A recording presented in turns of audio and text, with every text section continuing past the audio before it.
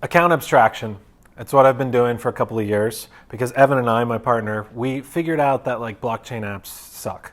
And you've all experienced this. Web3 UX is terrible. And I don't want to overpromise, but account abstraction, the reason everybody is just so excited about it is it does promise to fix most, if not all, of the problems with current Web3 UX.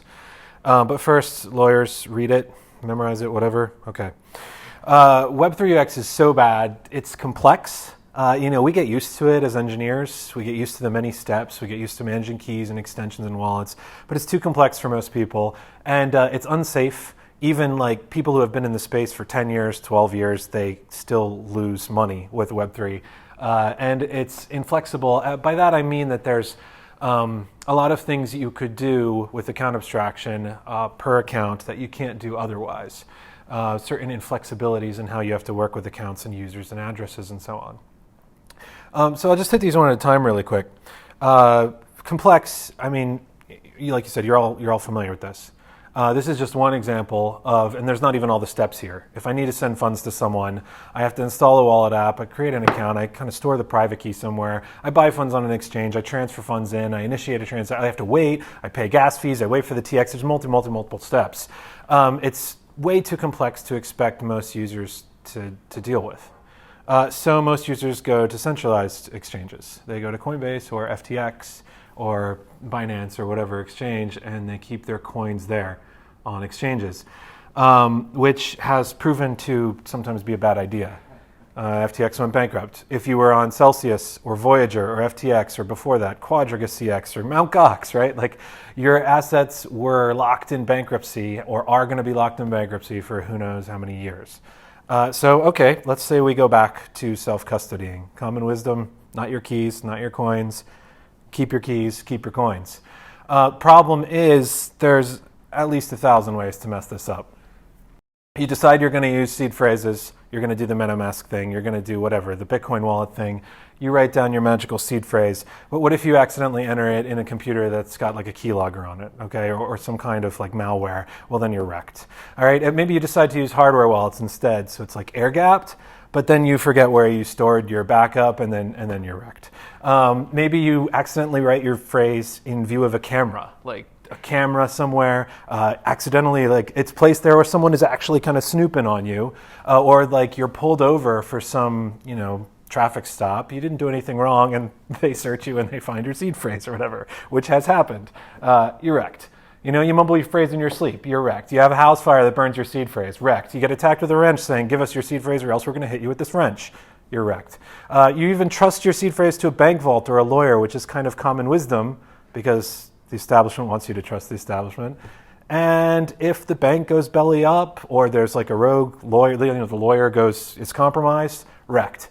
And of course, if you die, wrecked, right? Like if you're comatose or you have amnesia, something happens where you aren't able to like even remember that you have a seed phrase, your funds are just lost. So maybe you figure, I'll keep going here a little bit, maybe you figure I'm going to back up this seed phrase and give it to a relative. I'm going to set up inheritance. Well, really, you just created another problem. Now, what if your relative loses the phrase? Wrecked. What if the relative enters the phrase with malware? You're both wrecked. What if the relative decides to steal your money? Well, they're not wrecked, but you are wrecked. All right, so, there's so many ways, and they're all pretty niche. Like, you can't imagine getting wrench attacked or getting pulled over with a seed phrase or whatever. But there are so many vulnerabilities that this happens to people all the time. Keys are lost, keys are stolen. Conventional wallets need to be resistant to this stuff. And this is the main problem that account abstraction can really attack like right now already. But before getting into that, the final one I said is that it's limited.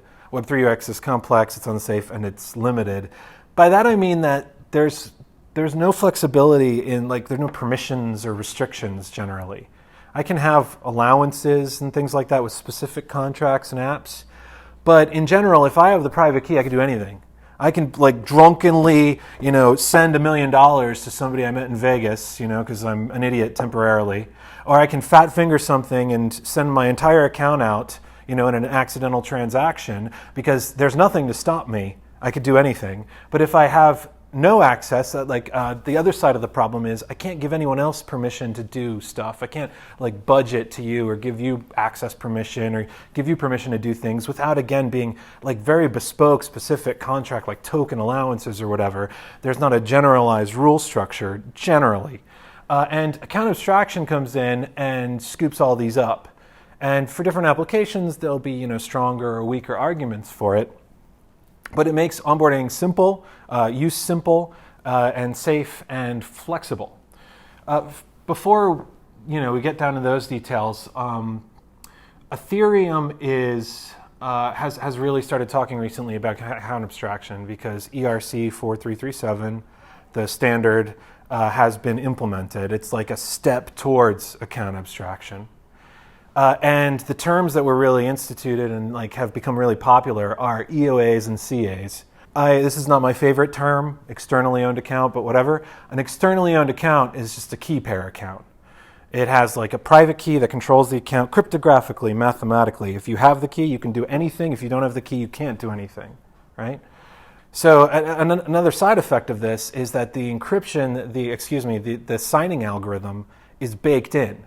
So if I have a private key and I'm signing all my transactions and my identity, my reputation, my assets, my logins, my everything in Web3, as I grow to be a Web3 user, it's all part of this. I'm signing with a certain algorithm. At some point, that algorithm is going to be, right, the law of cryptography. At some point, it's not going to be solid anymore. And so I have to figure out, like, there's no easy upgrade path. I'd have to create a new safe new algorithm account and then like send all my assets, send all my NFTs, send all my identity, migrate my reputation in this nightmarish path and like hope I'm not exploited in the meantime, right? So there's problems with this key pair setup, and that's been recognized by all communities so far. So a smart contract account is the alternative to that. A smart contract account has state, it knows things, and it can apply, it's a Turing complete, like Guardian. So it can inspect transactions that are coming in and say, should this transaction be allowed? Do the rules permit this transaction? Do the rules block this transaction? The simplest rule, and one that any contract account has, is who is my owner?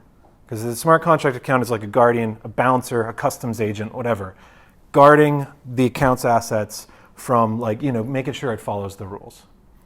So the smart contract account, in this case, we do a multi-key setup. So you can have like a 3 of 5 or 6 of 10 or whatever. And the smart contract knows that its owner is this threshold setup.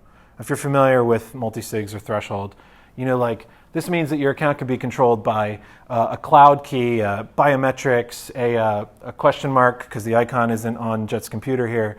That was an NFC or network key, an email, and like a SMS key or like a phone number key, right? So you could have all these various different things, and in order to push a transaction through, you have to sign with at least 3 of them.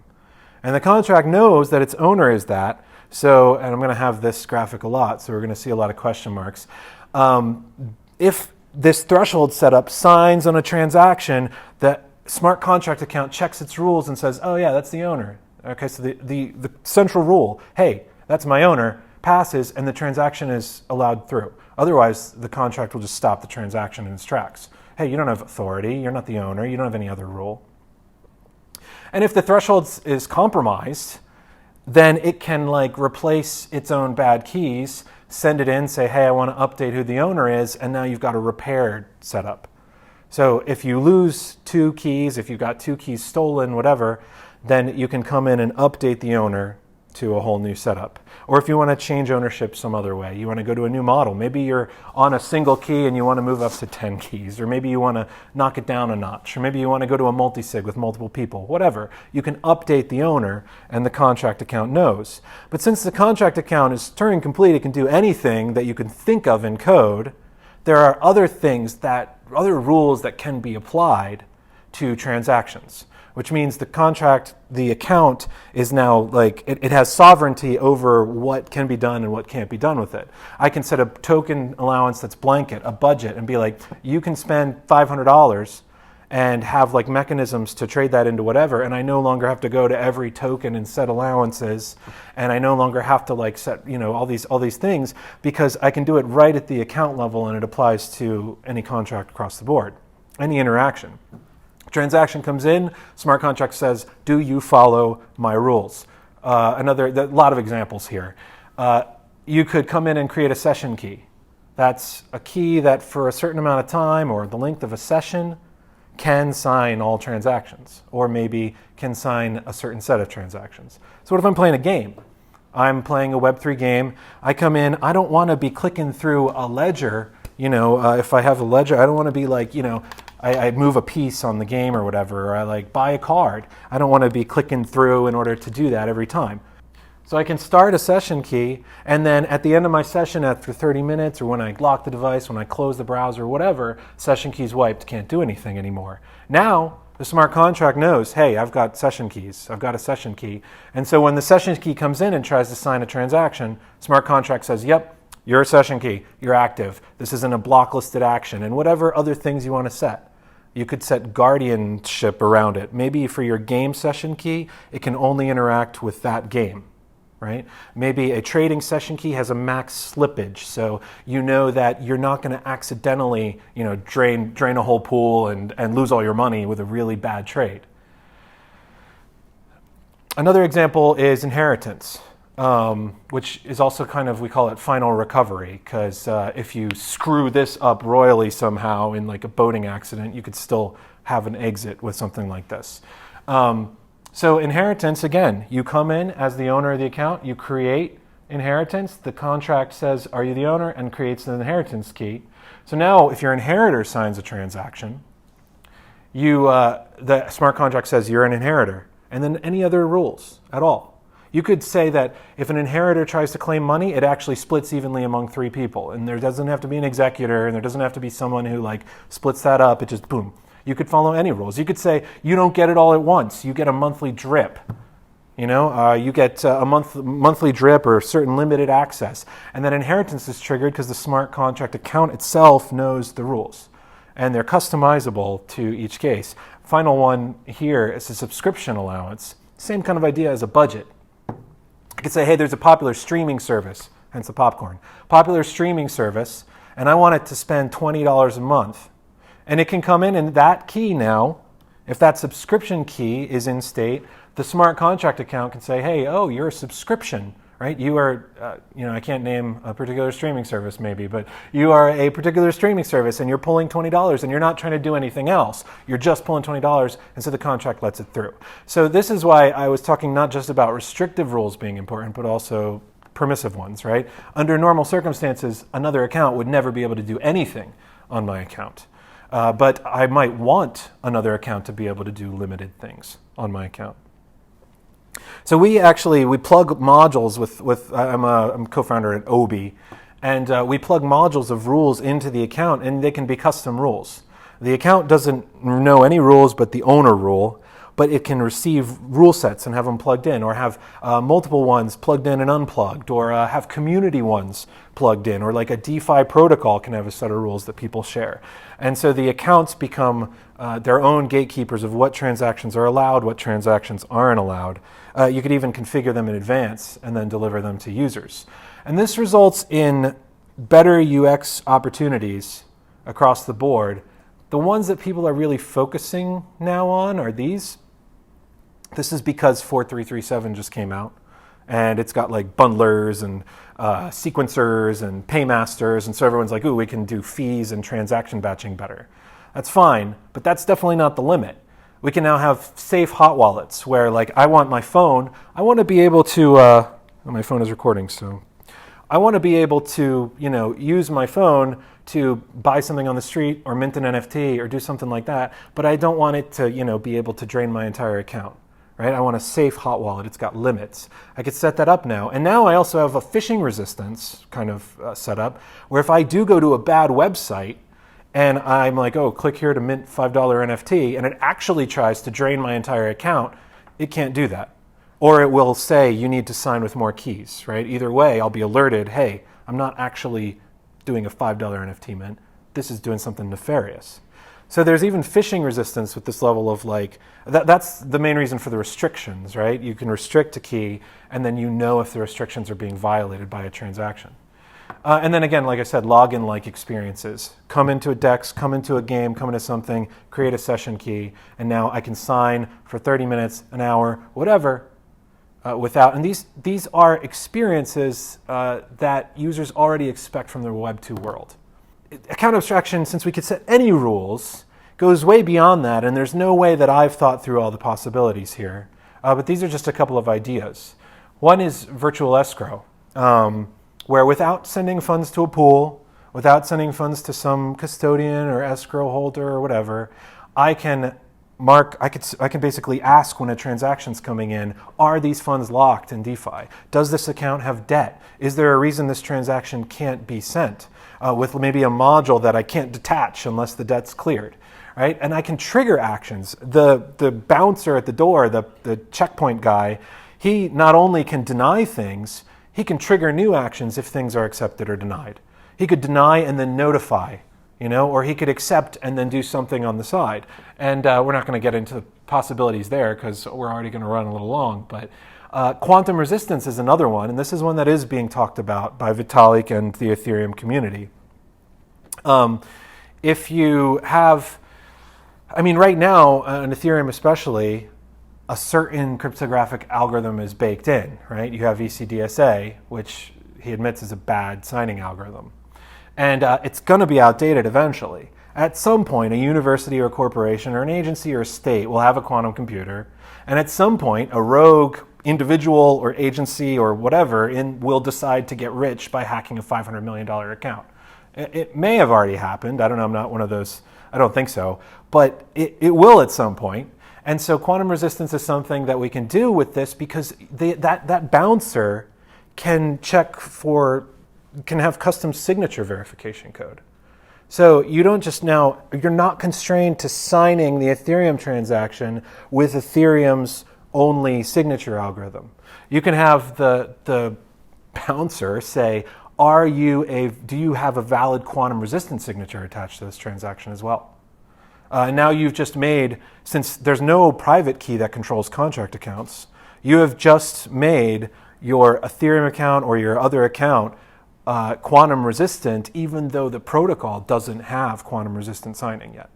If you're really paranoid and you're like, man, they're all broken, then you can have like 3 valid signatures with different algorithms checked if you wanted, right? Again, the sky's the limit on these kinds of things. You can have firewall modules that enforce global rules. And maybe they actually mitigate, so like that rule modules that come in and plug in can't do certain things. You can have transactions that were signed a long time ago.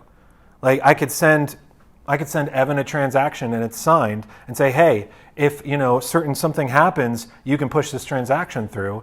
Normally you can't do that because the nonce changes, the transaction counter changes, the signature would completely change, right? Normally you can't do that, but now you could. You can have. This is getting a little more into the weeds, but this kind of stuff I really enjoy. You could do off-chain stuff, kind of roll-up-ish stuff, and but on your own terms as the app with users or as the user with the account, and have proof of off-chain computation. So now you're doing a bunch of computation off-chain, and then you're proving the result, you're proving it happened without spending a ton of gas. You could have zero-knowledge proofs. You could actually abstract these rules, these abstraction rules, off and run them off chain and then have zero knowledge proofs that prove that the rules are followed. So now my inheritor isn't public. Now my budgets that I set aren't public. Now there's not nearly as much knowledge someone would need to try to set up an attack on me, right? Because there's just these zero knowledge proofs that yes, the rules were passed. So all fantastic. It sounds great, but like how close are we to this? It depends, and I'll give you a quick survey of where we've come so far. Protocols it's not like suddenly everyone thought about account abstraction and thought, hey, this will be great. And we hadn't thought about it before. Years ago, in fact, pre this, I think BitShares did this, EOS.io had something with a permissions tree, similar ideas baked into the protocol. If you're not using EOS.io, which most people aren't, tough luck. Cosmos, build a custom blockchain with the modules, has some modules as well that lets an address pay fees for another address and lets you delegate actions to someone else. Again, limited and protocol specific. Starknet, you've probably heard of immutable video games. It's great for games. You can't run general code on it. You can't like do custom smart contracts, last I knew. You have to follow their patterns. But accounts have smart capabilities, and they can do multi-factor auth and subscriptions and dead man switches and things like that. And you can also, there's a lot of other attempts on Ethereum or layer 2s to do protocol level account abstraction. Recommended reading if you're building on ETH and are interested in layer 1 developments and just general EVM developments is this link, which the bit.ly is the same. The road to account abstraction on Ethereum is going to be multi-part, and a major part was just pushed. That's 4337. This kind of gets around some things that were hindering account abstraction on Ethereum. And I don't really, if you Google account abstraction, you're going to get a chart like this. There's a variety of reasons it had to be done this way, not just to break consensus, but to prevent DOSing attacks and stuff. Like they considered, what if someone submits 1,000 transactions and then one that invalidates the rest? Well, they're DOSing, right? But this can be done now, and that's one of the points I want to get across, is that you can use 4337 contracts now. Will wallets play nice with them? Not yet. Will your app play nice with it? Sure, you can do that. And again, there's not, these other steps are consensus breaking, so it might be years before they're implemented. You can't upgrade an end account right now, an externally owned account, to a contract account. And so there are still multiple steps along the way, but everyone is making progress, even at protocol levels, to account abstraction. In the meantime, and then there's also things that we're going to do ahead of that. Provable off-chain computation, as I mentioned, is an idea because gas fees are going to get higher and higher. So I can do provable account abstraction verification off-chain. And then shared multi-chain sequencers, this is like nerd out stuff. You can actually sequence up transactions even though they're on different chains with sequencers. It's really interesting. But so it's gonna get crazy. But account abstraction is where it's at because people understand that user experience can be dramatically improved from where it is right now. We do agnostic, this isn't a shill, but we do agnostic account abstraction, where we don't care about the chain necessarily. Can do it on Ethereum, can do it on Bitcoin, can do it on a Cosmos chain, doesn't really matter. And the principle behind that, which not a lot of people have picked up on, there's a couple of protocols that are starting to do this, is that if you have already an account that's checking the rules on transactions, normally it lets it through to its own chain, but you could also just have it sign it and broadcast it to a destination chain. So a Lightning transaction or Bitcoin transaction could come in. It's from a session key. The account says, does this match the rules? And yes, it does. I mean, I've added some arbitrary rules down there. But does this match the rules? Yes, it's a session key. I should let this through. And then rather than pushing it through, because it actually lives on a different chain, it signs it, and then you get it broadcasted to the destination chain. So now you have inheritance on Bitcoin. You have budgets on Bitcoin. You have all these fee covering on Bitcoin. Whatever you want to implement that you can implement as an abstraction rule, you can implement on a destination chain as long as you can sign the transactions for it. So yeah, I think that new applications, if someone's writing an application and it's going to come out in a year, by that point everyone's going to be on board with account abstraction and have at least, I think, a kind of recoverable multi-factor, what we call multi-key or seedless onboarding setup implemented. And it depends on the app. Some apps might need more than that. Games, huge thing. Games want session keys. Games want recovery. Games want all kinds of things. DEXs though, trading places, platforms. What if you think about your product, maybe you're doing a product for financial managers or finance people, like a trading platform of some kind or a DEX, and that you want to actually let them create keys that will only be allowed to act within their strategy. And they can always overrule that. They can always overrule, like there's strategic parameters for a lot of funds, right? Like I'm willing to make trades between these parameters. You can always overrule that, but then it's on record and you very intentionally overruled that, right? And you kind of like ensure that your trades are going to be within your preset strategy already. So it depends on the application highly, but you can build these modules, attach these rules, and abstract these things actually out into the accounts so that you're not building these applications with very bespoke work done into every application, but allowing user accounts to have universal rules. A lot of people build apps and their goal is really just to have MetaMask connect to it and it works. I mean, if you're there, that's fine. I understand not building account abstraction, but you can at least future-proof by onboarding new users with ensuring that there's going to be an upgrade path to abstracted accounts, which on Ethereum would mean a simple 4337, which is very doable, and somewhere else would mean some other kind of account that you're sure has an easy upgrade path to an abstracted account in the near future. Anyway, that's account abstraction in general. I'm Pete. I'm at this place, and we're hiring, so come work for us. Any questions? First one is related to what you were just mentioning. So how will integrating with externally owned accounts differ from integrating with account abstracted? So in other words, if you're building an app and you're letting MetaMask users connect to it, how will that hinder you from going to abstracted accounts later? Yeah, would that development integration be different for account abstraction? Oh, I understand. Yes, it would be different. The solutions are definitely not as polished right now. We have an SDK for it, and we're working towards 3 lines of code integration. Not quite there yet, because these are cutting edge ideas. So you can do it, but very few protocols and apps actually have full functioning account abstraction in their application out yet.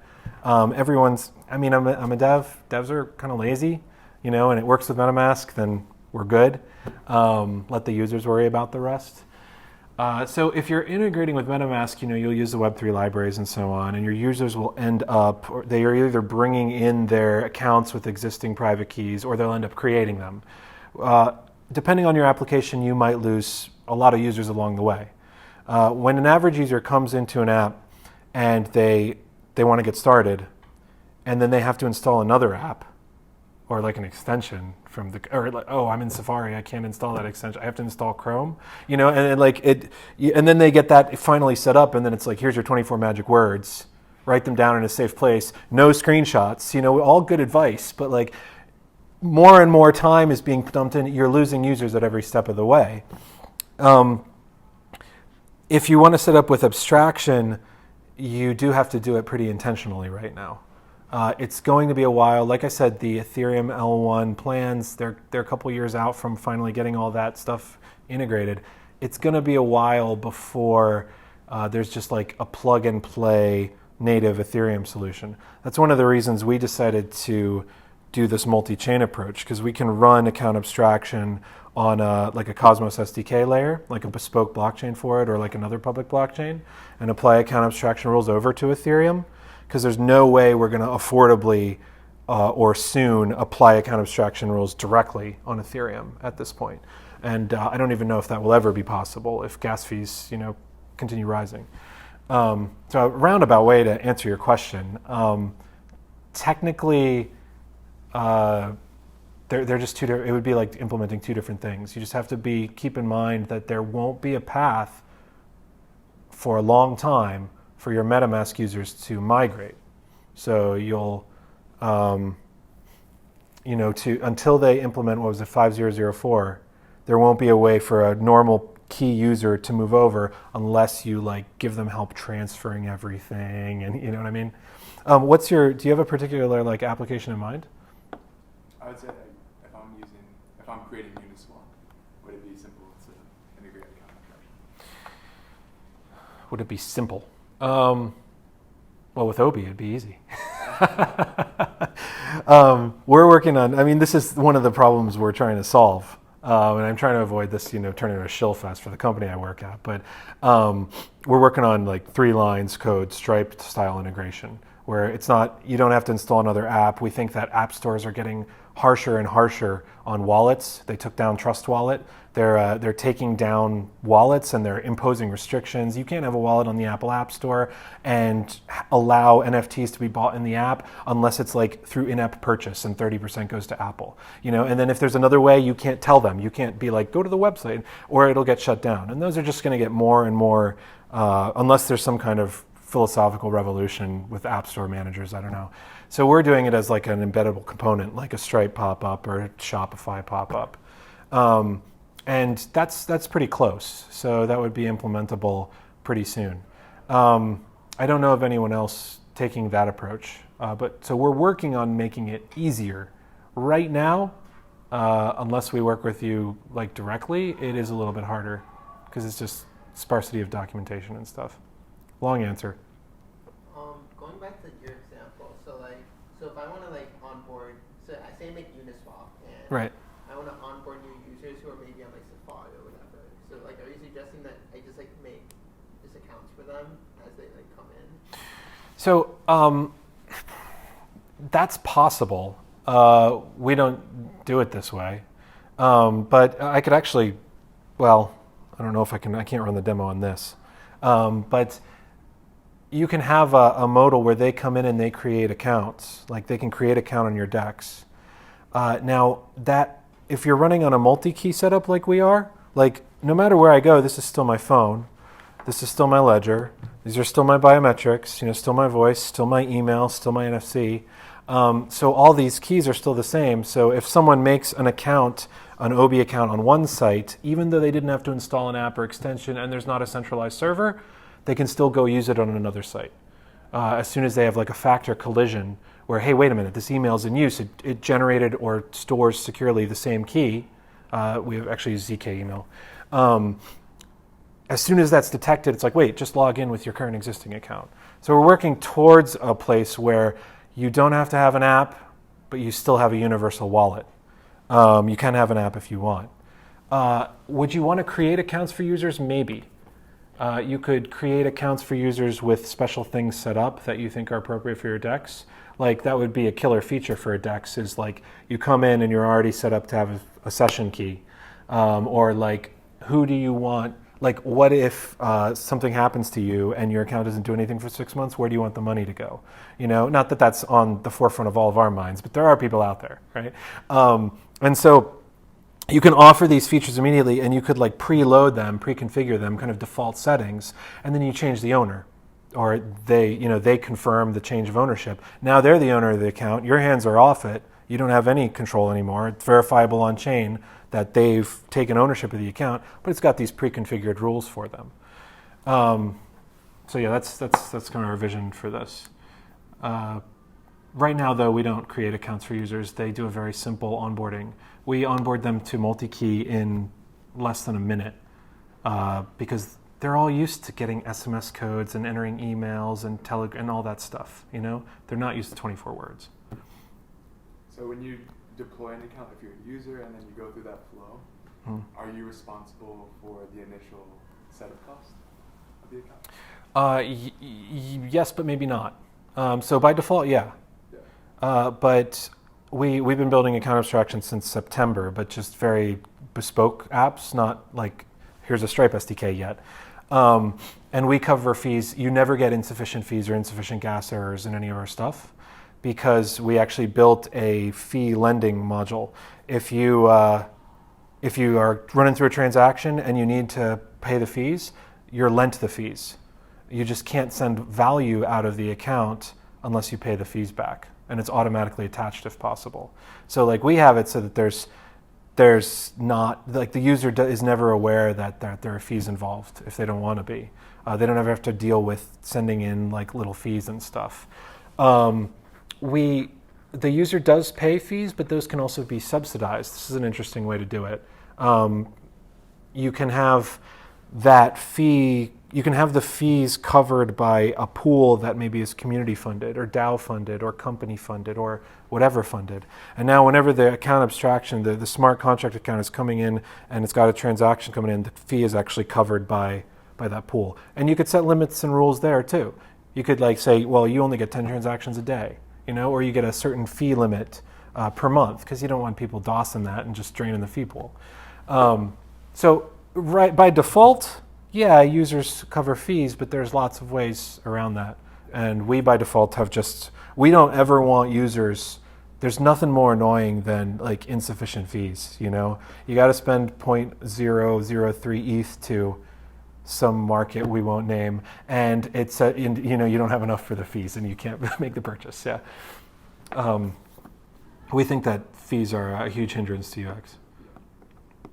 What's up? You raised your hand. Oh, I just think a good example of that is like on an NFT exchange. This has happened to me before, where I have a listed asset and someone wants to buy it, and I go to accept the offer, but I have no other assets in that wallet for whatever reason. And now it's like I have to go through all the hoopla of getting ETH, gassing up the wallet. If you do fee lending and you basically incur a debt on that account, now you can, in the same transaction, take the proceeds from that sale of that NFT. Right. So you're basically lending it to them, and then the same transaction, taking it right back. And you could take a spread on that too if you wanted to. It could be a marketplace based like gas lending. That's a bit down the road, but eventually you could see where somebody's essentially creating a whole business off of just lending gas fees. Yeah, and you could do it in like DEX contexts too. What if I'm going into unstake, an LP or whatever? I'm going to unstake some assets that I'm providing, and I have no gas fees. Maybe it's quite urgent for some reason, and you could just take it from the resulting amount. I was referring to the initialization of the account. Yeah, we kind of get off on a little tangent for sure, but it's the same thing. Address that. So if you're doing a transaction, maybe you have insufficient fees, then you'll cover that with the lending. We cover it with onboarding too. Yeah, okay. Yeah, we cover it with onboarding too. Okay. Yeah, I mean, right now we cover it. Don't tell anyone, because we say it's fee lending, but that we actually don't call out. We actually don't recollect the debt currently, but we could. Yeah, we cover it. Your account now has like 50 cents of debt, and there's other solutions that have done this too. You ever used Argent? It's an Ethereum wallet. They realized it was too expensive to do account abstraction on Ethereum, so they moved to ZK Sync exclusively, and they're in ZK Sync, and they do the same thing. It sets up your wallet. You don't have to worry about it, but as soon as you bring in value to the account, it's repaid. The cost is repaid. Yeah,